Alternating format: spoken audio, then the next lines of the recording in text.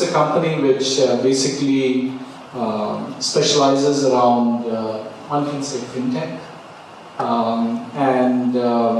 We happen to be listed in India with literally 90% of our business coming from outside India, predominantly from the US. 75% of our business comes from the US. Now, when we were discussing this, and Brett is a very passionate leader around innovation, technology, and we have a very experienced customer-centric banker here. What is interesting is, when we talk about any organization, including an IT services organization, many people believe that we are digital because we are an IT services organization. We need to know technology. So guys, you are digital, right? It's an automatic assumption that when you come from technology, you are digital. But when we talk digital, it's not just technology. It is about digital enterprise. It is a new way of doing things. Whether it is a 3D printer or robotics, it's going to fundamentally change manufacturing industry. Digital cash will change retail banking. And so no industry is being spared. So the topic which started interesting me, I happen to be a 17-year-old with 37 years experience being 17. So in that note, it is important as a CEO, I needed to find out, am I an obstacle for Emphasis to be the company that it should be in the digital space? That's what started interesting me. Because it's very easy to talk about what do we offer as Emphasis in digital space. Because naturally you go to the customer and say, this is what we bring to the table. But what is even more important for me was, how do I make Emphasis a powerhouse of a digital enterprise? And I do have an analog setup. And as a CEO, am I ready? Should I be the CEO of this company which aspires to be a digital enterprise? As the CXO of the company, am I becoming an obstacle? Does it involve me to transform myself before I expect my leadership team or my members, my business processes, my offerings to change? And I've been in many discussions. People find it very easy to talk about offerings. Because they say, oh, digital, I offer this. Digital, I offer that. And many times, it's also they apply lipstick to the pig and they say it's digital, right? Because it's very common in IT industry. We hype up every topic. You remember in 90s, it was all about .com. We solved world hunger 6 times in 90s. Now we are going to solve it 10 times. But the issue is, this is a revolution. And do CXOs who have grown up in an analog world, can they perform the function of taking their enterprise, including me, to success in this digital era? Can you operate in duality? And that's the topic which I started thinking about my interaction with Prith or Mike or many other customers. Goes to the heart of the issue. It's not what you're bringing to the customer, it's what you're bringing to yourself first as a CXO. And then we can talk about what you bring to the customer. So I'm not going to do a commercial as to what we bring to the customer, because that I will do one by one. Because customer is your only hope. If you're an analog enterprise, your customer is your only hope for succeeding in digital era, because you have a track record. Mike Selfridge, recovering analog leader, and I'm the Chief Banking Officer at First Republic Bank. I joined about 4 years ago. We're a $59 billion in total assets, private bank, business bank, wealth management firm. The company's been around for a little over 30 years, has a pretty storied history in terms of going public, being acquired by Merrill Lynch and DnA, coming out the other side of that, which was a little uncomfortable for the folks that were with the organization, and going public a second time. So I'm Pim Banerjee, I'm the Chief Technology Officer at Schneider Electric. I am very new to the company, joined about 5 months ago. My career has been in Hewlett Packard. I knew Binton from my days when I used to run HP Labs, so I was in the core of sort of futuristic technology being pioneered by researchers at HP Labs, and along the way I worked at CTO at ABB, and the last couple of years I was at Accenture.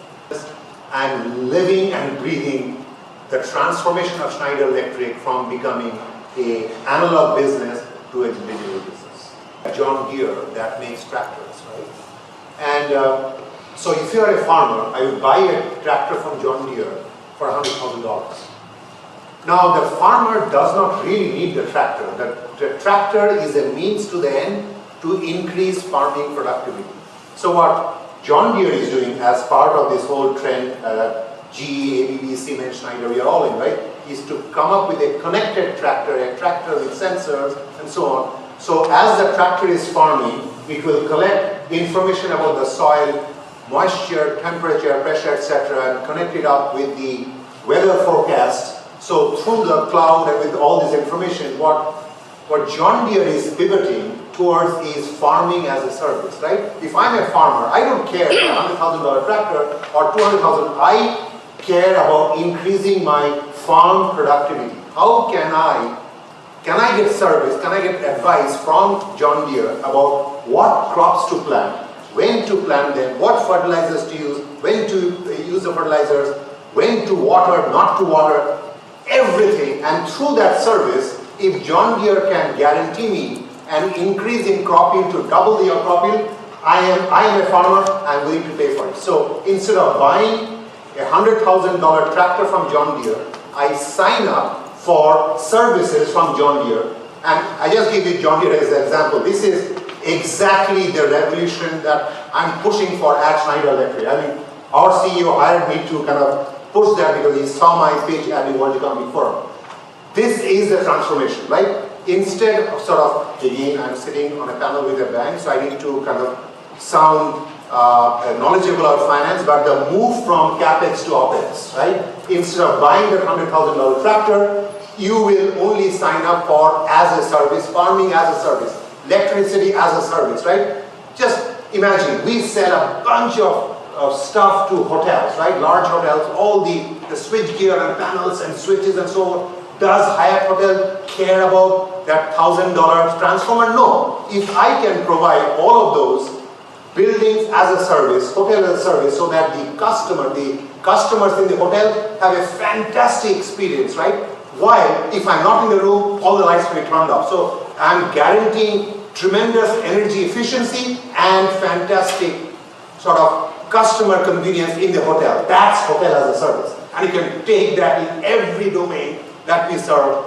That's the transformation. One of the things which we have to learn is, if you look at the rhythm of a digital enterprise, whether it is a startup or a pure play digital, they demonstrate certain rhythm, which is very different from an analog enterprise. One thing is the culture of experimentation. Earlier we heard him talking about how the time is compressed. Time is compressed because innovation happens. Innovation happens because there is a culture of experimentation. So innovation is an outcome, and you have to have a culture of experimentation.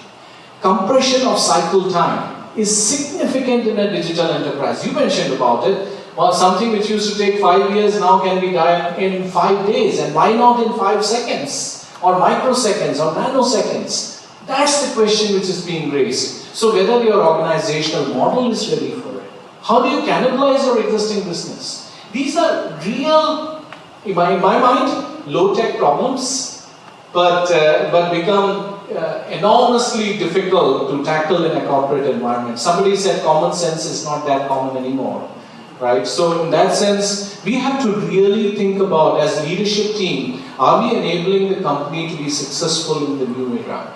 And every time you meet a customer, you listen and learn, and you start applying. I think that is a fundamental, and I can talk about my inadequacies later, but let me not hog the question. You make a very interesting point about the culture of experimentation, and one of the saving graces of this age is the cost of experimentation and the cost of failure as a means to learning are so low financially. Socially, they can be quite high because you fail in the eyes of others, and if that isn't approved of and seen as like, great, you tried something, that's cool, what can we learn? You can have a hazard. I think startups, in one sense, are so lucky because they make mistakes all the time. and nobody cares. Everybody knows they're on the path to profitability. The hazard, well, they're hoping to be on the path to profitability, and you're going to learn along the way. The hazard for companies is very much like the problem we all have. We're all prisoners of our history. And history in companies is expressed through cash flow, right? And there are existing systems and processes and an enormous social hierarchy around sustaining those cash flows that have to be shifted. What's the appropriate way to do that? The startup doesn't face that kind of social and financial hazard of changing things. What's the right way to do that in both your views? Sorry.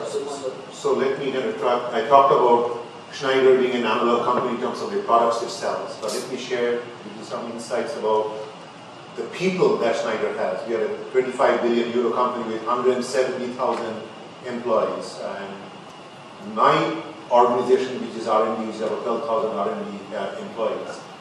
In the past, when Schneider created new products, because they were primarily hardware products, the cycle times for bringing those products to market was 3 to 4 years, right? So we had very, very rigorous stage gate processes. Again, those of you who know all these things, right? So you have the initiate phase, the do stage gate, this, implement, etc., etc. So 7 stages, and you had like big committees looking at it, reviewing it, and so because these products required like 100 million euro investment, and once you got the product, that transformer will be there for the next 30 years, right?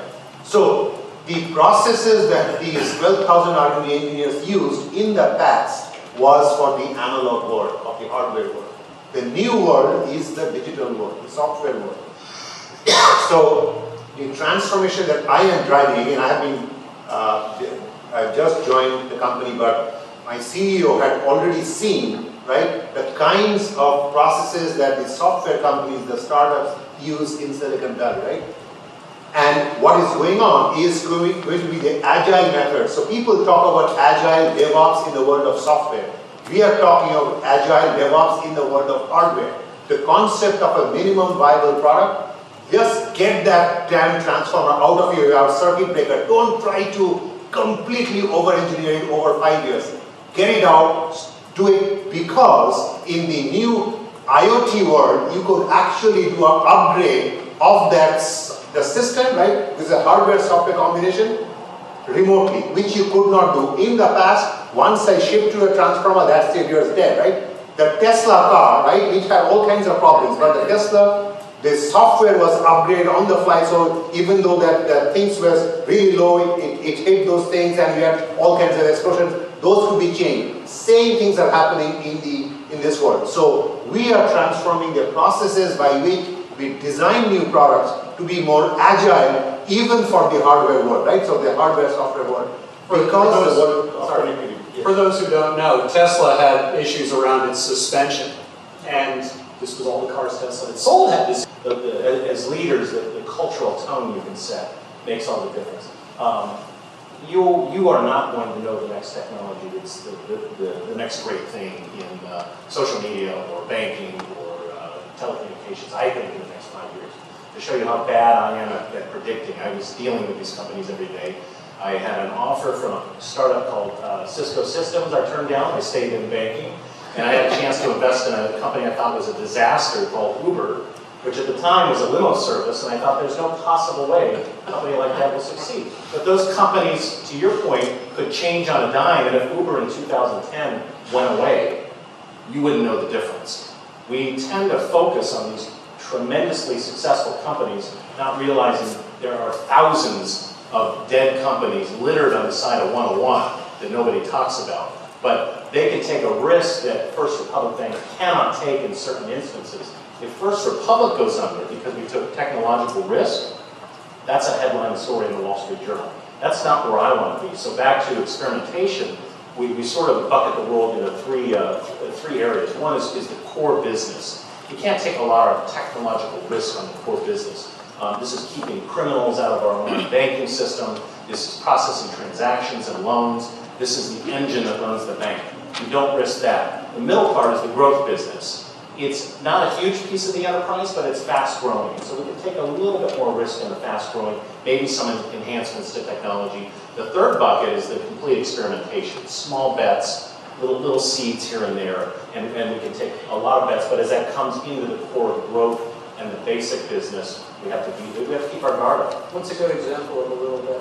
Well, I would say right now, the online mortgage application process for us is completely analog. Our relationship managers will send 8 PDF files to a client who will fill out and gather piles of paper and fumble their way through it and get it to us, and they'll get it a little bit wrong, and then we'll go back. And the back and forth is a pretty arduous process versus an online system that could have a little bit more of an elegant delivery of financial information. So a little pilot here, maybe with a few clients, maybe a few more, and start to gain success. And then Hugh Westermeyer and his team can figure out how to integrate that into the core process. But that's more of a linear path as opposed to a big bang. And I think to your comment about some of these startups, they can go for the big bang without having to worry about, I'm sure they worry about going out of business, but it's not going to be impactful for 160,000 households. Right. So, one of the things which we are starting to do is to have startups within the company. So, and as Mike rightly said, there is core which you don't touch. So when a customer signs a contract with us for a certain project or certain services, we think of it like banking. You cannot fail the transaction, right? Just like, imagine your customer coming and saying, hey, I've got $100 less in my balance. Or I sent $20,000 and the other side received only $11,000, $9,000, some hacker took it away. Won't be accepted. Absolutely right. But so that is core, and we have to preserve that core.